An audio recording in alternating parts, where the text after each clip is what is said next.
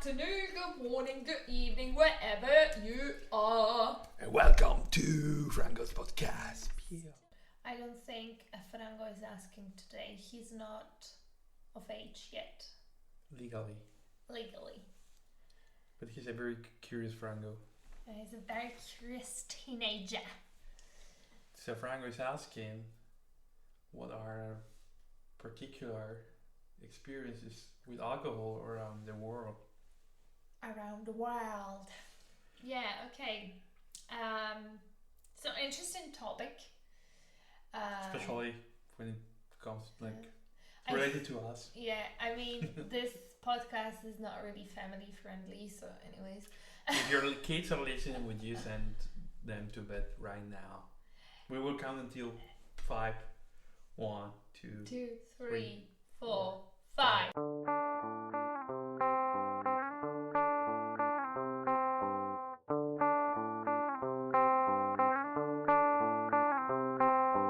Little Frango doesn't wanna go to school. Better put his headphones in and it's Frango's podcast on! So Clau, as you are the specialist of this topic, you can start. Why am I a specialist on this topic? Everybody who knows you knows the truth. So I gotta think how to talk about this. So we said drinking around the world. Yeah, so I have to be honest, every country that I went to, I definitely tried the traditional alcohol that was there. And maybe I do have my favorites. But we are now talking about like spirits, or are we talking about beer, wine, just everything. Like alcohol in general? Everything. Yeah, so oh yeah, fun fact. I think I drank tequila the first time in my life when I was 17. Sorry. Okay, just to clarify, drinking age in Slovakia is 18, not 21, like in the States or other parts of the world. And it was my friend's 18th birthday. She's slightly older than me, so yeah. And I got really smashed, and since the day I never had tequila again until I went to Mexico last year and found out that the tequila we have here in Slovakia does not taste like tequila one bit. And I'm not surprised anymore that I was so drunk from that, because tequila in Mexico is just so like suave. I don't even know what other word I would use, but it was really like, the taste was really nice. It wasn't like you are just drinking, strong alcohol just to get drunk. Like really, I could taste it, and I was like really enjoying it. So maybe it's true to try the alcohol in the country it comes from, because I think maybe it makes a bit of a difference. Do you have anything like that? Do people in Mexico drink with lemon and salt?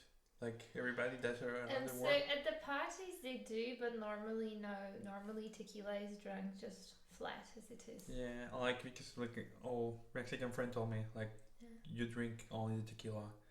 Because if it's a good tequila, you don't need anything else. There's like a breathing technique that you should use when you're drinking tequila. So you breathe in, you drink the tequila, you wait until you feel it coming to your belly, so you feel like the warmth, and then you breathe out.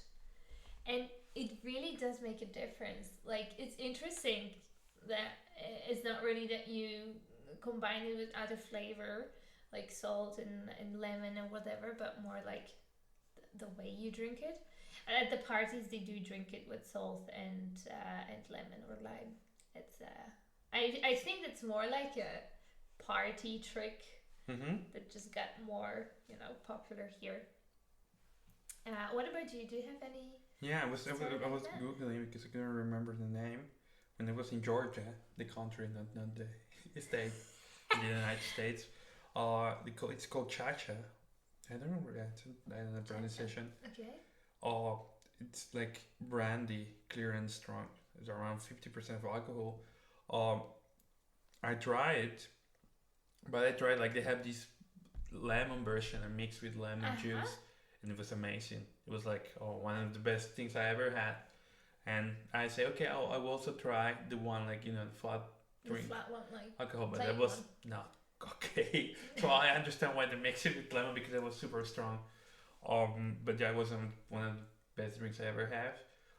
Coming from Ecuador, like like a professional drinker, uh, we have something called canelazo, and it's like a drink. Canela in Spanish it's cinnamon, so you have cinnamon, but it's not the main ingredient, anyways.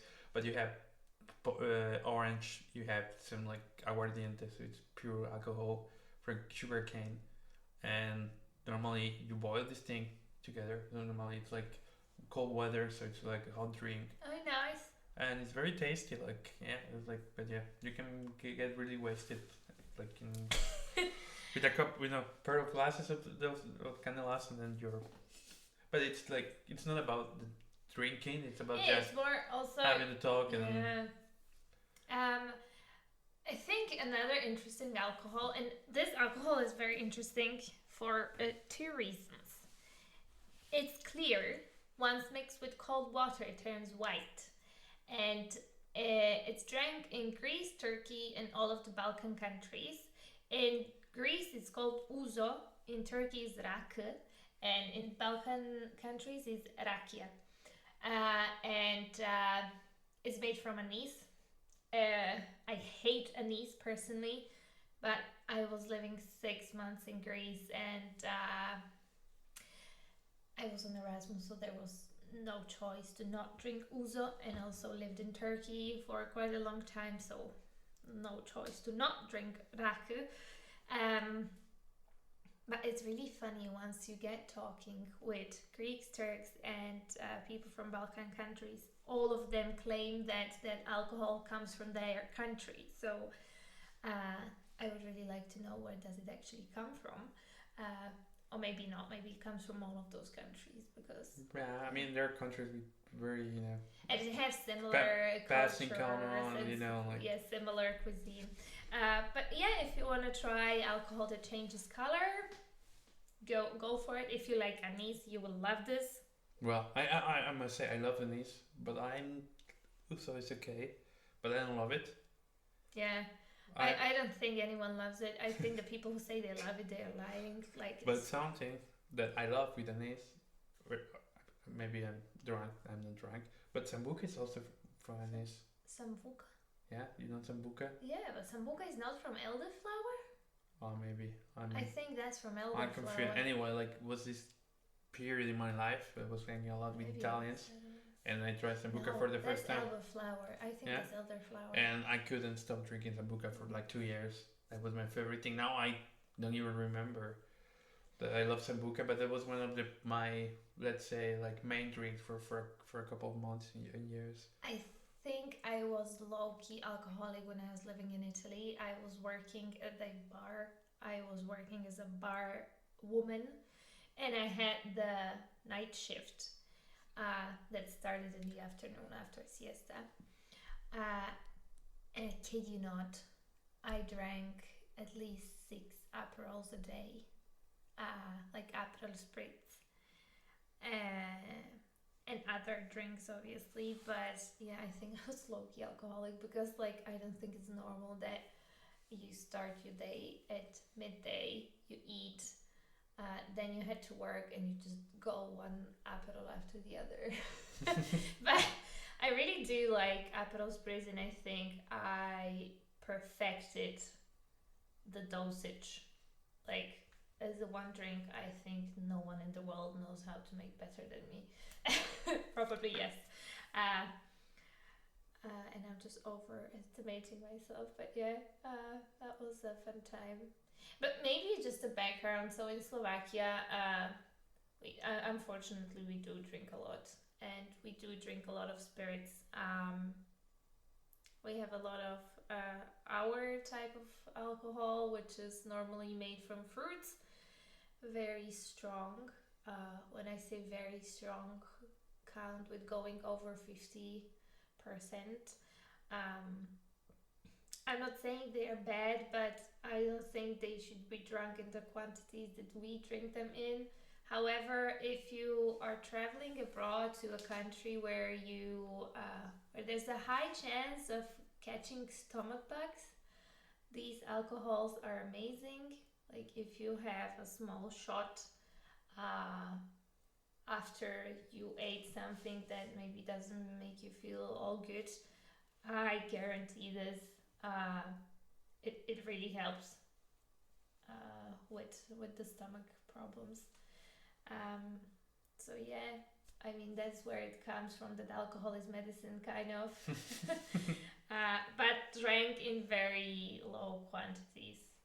Yeah, something I must admit, in when I was living in Ecuador, I dislike beer to to the guts, because I don't know, it was like a lot of, you know, you drink a lot of it, and I couldn't find the taste. I couldn't find Yeah. any sense until I came to Slovakia, and then I found out the beer here was amazing. Mainly it's Czech beer, but They really know how to make their beer. I mean, Czech beer, but also you have German, Belgian, and they, for a period of my life was like best thing ever. Like I was really going into beer. I don't drink beer anymore.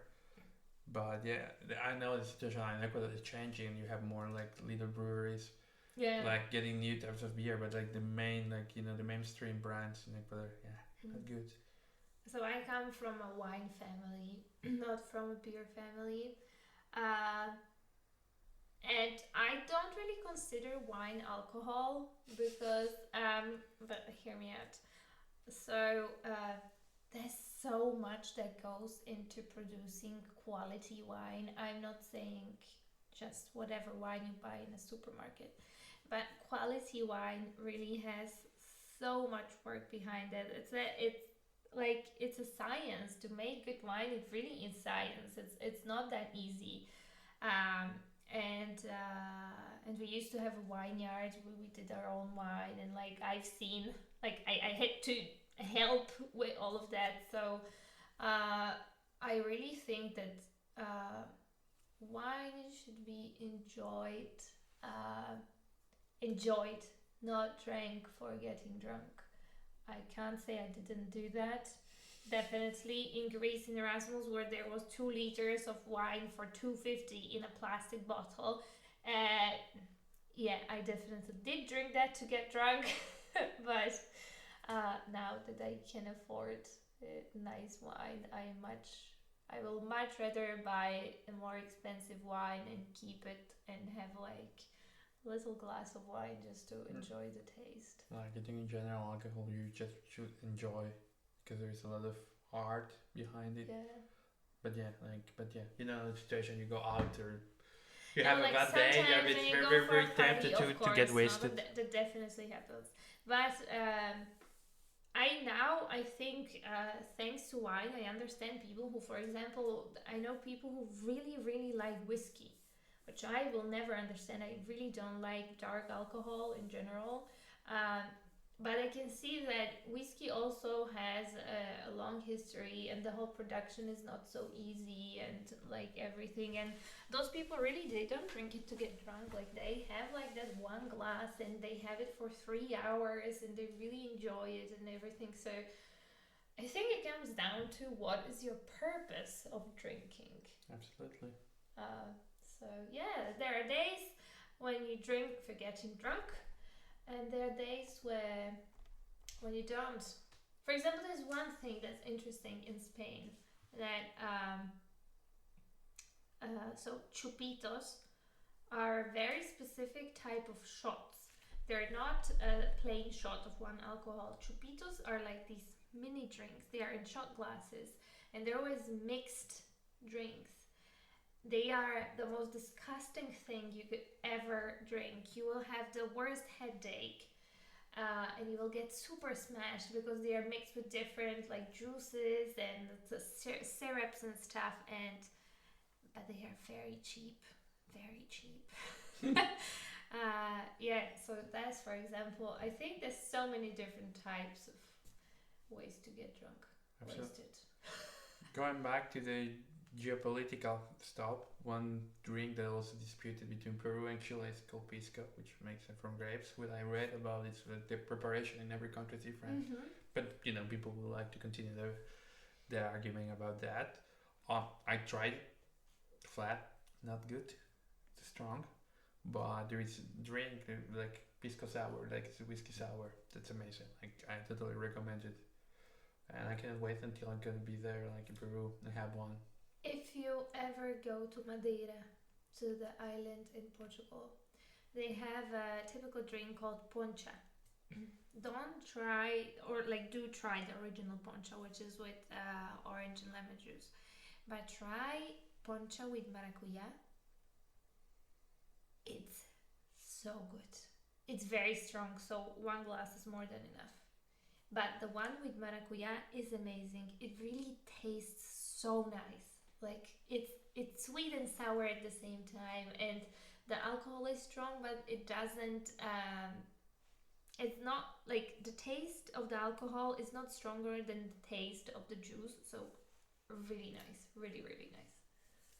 Talking about Portugal and something that one of Oh, the best things in life is having caipirinha with beer. with beer. Yes, this is amazing. I don't know who came out with this, but Where did we have it in Lagos? uh, in, well, it's not Zagreb, in Zagreb. In Sagres. Yeah, man. Oh, that was really good. Yeah, this is like the best cup you couldn't It's expect it. very unexpected combination. Very nice. Like surprisingly nice. Yeah, totally recommend it. Yeah. Do you have any other favorite recommendations? Not really. I don't want to recommend alcohol. Something like in Slovakia, if you ever come across, it's called Nazdravie. Oh yeah. So it's typical. I don't know how old it is or how traditional it is now, but because it's very commercial nowadays. But it became very just one thing. Be careful. This alcohol tastes very nice, so you think you can drink a lot of it. You can't. Even us, we can't. We also think we can, and then the next day you find out you can't. But yeah, try it. It has a million different flavors, different grades of how much alcohol it contains. So whatever suits your taste, I think you can find it. So I think you go from 22 degrees to 72. Every like intense or they yeah. have some different. No, dishes? actually, there's one that's 16 because there's different like series. Mm-hmm. So I think 16 is the lowest, and I think it's more than. I think the highest is also 76. There's it, like, but yeah. Be very careful. One thing. I mean, it's international, but it's something I love, and it's Bailey's. Baileys. Yeah. You really like Baileys? Yeah, I really don't. Why? Especially at airports, like It's too sweet for my taste. So you need to be careful. But many times, like in the airports, it seems like I'm just annoyed of waiting. So if the price is okay, I will jump into it. Actually, there is one thing. Now I thought of it. So there's a big dispute between Slovakia and Hungary. Obviously, there's the Tokaj wine. So it's a region in Slovakia, and it's also a region in Hungary. But the way we produce the wine is very different. The Tokaj you get from Hungary tastes completely different than the Tokaj we make in Tokaj in Slovakia. Is the only region where we make Tokaj, and Tokaj is it's the step after wine, but it's not a cognac yet. So it's something in between, and very expensive, very nice, extremely nice. So if you ever get the chance to go, apart from that region of Slovakia is very beautiful, really. It's very warm because it's in the south and east south, and you can go visit the wineries there, and they make a wine tasting and they take you around the vineyards. It's very nice. So I think it's more like a experience, not just like about the alcohol. So I would recommend that. I think that's really nice. anyways, from my side, as I'm trying to move away from alcoholism. Okay, nobody believed that.